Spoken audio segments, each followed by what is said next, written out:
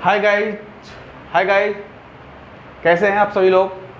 तो मेरे दोस्तों, आज से हम एक नया सेक्शन स्टार्ट करने जा रहे हैं आप सभी लोगों के लिए, और वो है हिस्ट्री। ठीक है। इस वीडियो का मुख्य उद्देश्य है वैसे स्टूडेंट्स जो कम्पिटिटिव एग्जामिनेशन के लिए प्रिपरेशन कर रहे हैं, खास करके UPSC, BPSC and other state PSC. ठीक है। कोई यदि पीसीएस की एग्ज़ाम की तैयारी कर रहे हैं, स्टेट के एग्ज़ाम की तैयारी कर रहे हैं, उन लोगों के लिए वीडियो बहुत ही ज़्यादा लाभकारी होगा, लाभदायक होगा। और वैसे बच्चे क्लास 9, 10 जो लोग बोर्ड की एग्ज़ाम के लिए प्रिपरेशन कर रहे हैं, उन लोगों के लिए भी ये वीडियो ज़्यादा बेनिफिशियल होने वाला है। ठीक है। तो यदि आप हमारे चैनल पर नए हैं तो please subscribe my channel and click on the bell button, okay, and share with your friends। तो बिना किसी समय को गवाए हुए हम लोग स्टार्ट करते हैं सेशन को। तो आज का जो टॉपिक है वो नेशनलिज्म इन इंडिया है, भारतीय राष्ट्रीय आंदोलन से संबंधित है, जो कि 1915 से 1947 के बीच की कहानी को हम डिस्कस करेंगे कि क्या क्या घटनाएं घटी। राइट। तो आइए, फर्स्ट है the nationalist resurgence in India. Resurgence का मतलब होता है पुनर्जीवन प्रदान करना।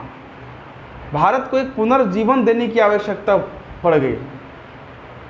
इससे आप इस बात से आप समझ सकते हैं कि आखिर में क्या ऐसा कंडीशन हुआ होगा उस समय हम भारतीयों के साथ, जब ब्रिटिशर लोग हमारे देश पर शासन कर रहे थे। उन्होंने जाने किस तरह का अत्याचार हम लोगों के साथ किया है ना, जिसके चलते हम भारत को क्या है पुनर्जीवन देने के बारे में हम लोगों को सोचना पड़ गया।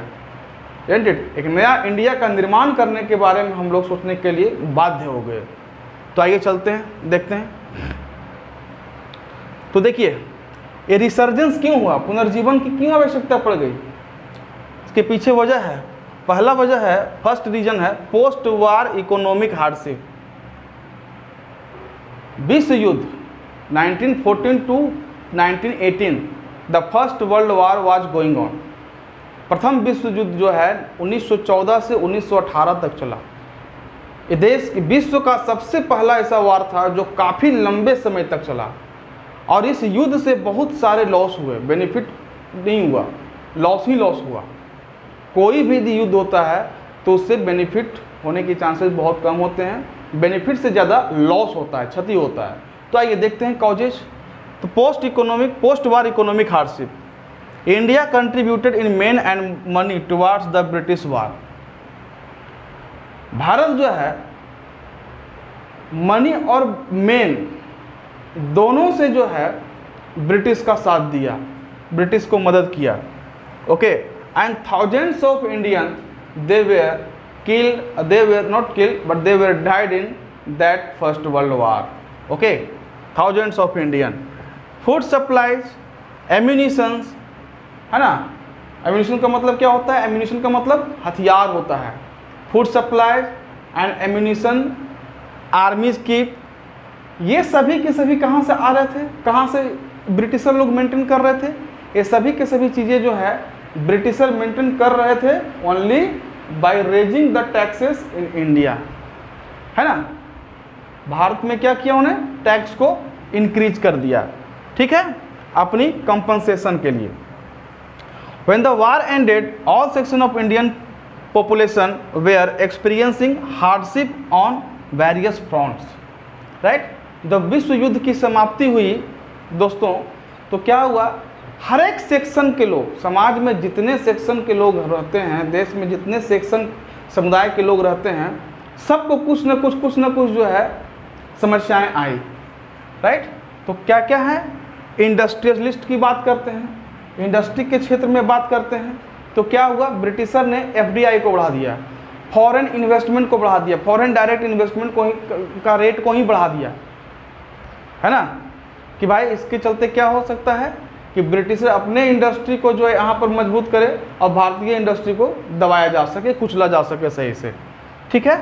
जिसके चलते क्या हुआ कि बहुत सारे उद्योग जो हैं वो बंदी की कगार पर आ गए, बहुत सारे उद्योग को जो है लॉसेस का प्रॉब्लम जो है फेस करना पड़ा। ओके। सेकेंड है worker and artisans. Right. Worker और आर्टिजन के लिए सबसे बड़ी चीज़, जब इंडस्ट्री ही बंद हो गई है ना, इंडस्ट्री जब लॉस में चल रहा है तो बेरोजगारी तो आना स्वाभाविक है, अनएम्प्लॉयमेंट तो आना स्वाभाविक है ना। सो अनएम्प्लॉयमेंट आ गया और high prices, of course food supplies, food products जो था, फूड ग्रेन्स था, इसकी रेट क्या हुआ, वो बढ़ गया है ना। इकोनॉमिक हार्डशिप कंडीशन के चलते फूड जो ग्रेन्स का जो प्राइसेस था वो इंक्रीज हो गया।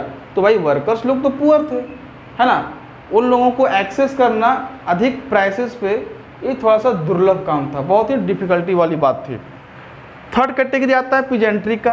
पीजेंट्री के लिए क्या किया गया, पीजेंट्री मतलब जो छोटे छोटे टेनेंट्स होते हैं है ना, जो बड़े बड़े ज़मींदारों के खेतों पे काम करते थे, तो ब्रिटिशर ने जो ज़मीन दिया था पीजेंट्स लोगों को खेती करने के लिए, उन्होंने क्या किया ना कि पीजेंट्स का जो है लैंड रेवेन्यू, लैंड टैक्स जो होता है उसको ही बढ़ा दिया, जिसके चलते बेचारे को क्या है, पॉवर्टी जैसी है ना समस्या को का सामना करना पड़ा।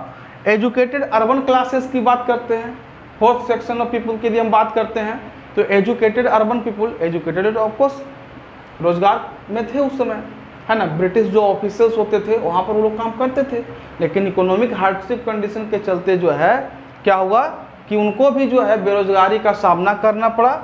और जो ब्रिटिश का जो एटीट्यूड था राइसिज्म का, गोरे और कालों में भेदभाव करने की, उसके पूरे वो लोग खिलाफ हो गए। तो आइए चलते हैं अब सेकंड कॉजेज के बारे में हम डिस्कशन करेंगे, ठीक। तो आइए चलते हैं सेकेंड कॉजेज ऑफ रिसर्जेंस के बारे में देखते हैं, ठीक है ना। तो सेकेंड जो कॉजेज था मेरे दोस्तों वो था expectations of political gains for cooperation in the war, है ना।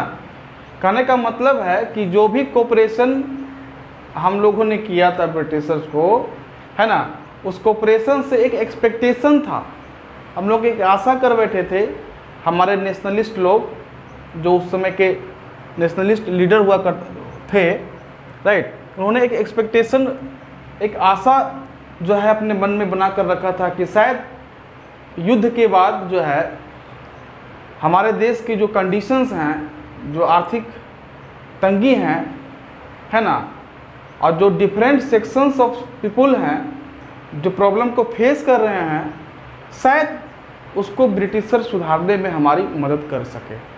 तो देखते हैं क्या हुआ, आइए